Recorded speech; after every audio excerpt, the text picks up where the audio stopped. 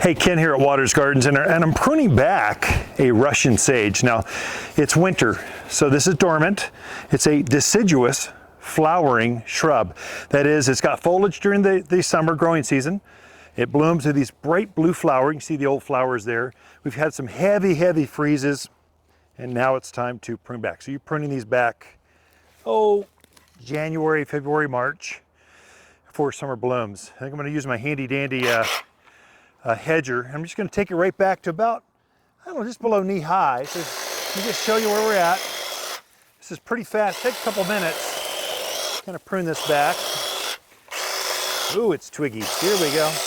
Almost there. You could do this with just some hand pruners too. Just a little bit faster for you all on camera.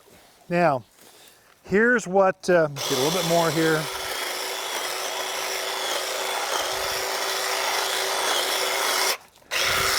Now we're looking. Now, I'm going to take my hand pruners. Here's just Felco hand pruners. And I'm going to prune back some of these suckers. These are notorious for sending off these runners.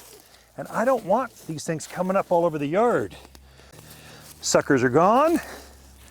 And I do this every winter. Sage blooms best on new wood. So I'm trying to go through here and strategically pull out, I don't know, 5, 10 big woody branches. They don't bloom as well. They also seed more that way. This one, so I'm going to go in deeper here. I don't know if that can pick up on camera, but you can see some real woody ones in here. This is, should be, see this light silver one? That's what you want, not these big woody ones. So I'll prune that out of there. And I'll just take out quite a few of them. Anything with a lot of wood or growing in the wrong direction, I just go in and strategically. So what I'm left with are these bright silver branches. So I know it's butchery. You're thinking, oh boy, doesn't he know when to stop?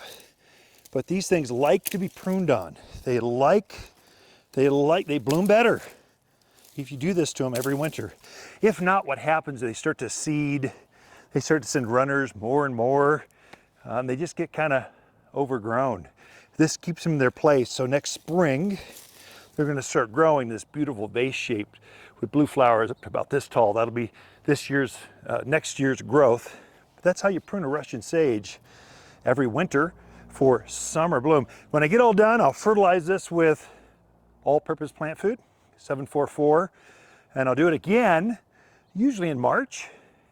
That sets the stage for spectacular blue flowers. I mean, better than anyone else in the neighborhood. That's how you get the most color out of your Russian sage. Ken Lain, the mountain gardener, here at Waters Garden Center. Like and subscribe if you want more tips like this.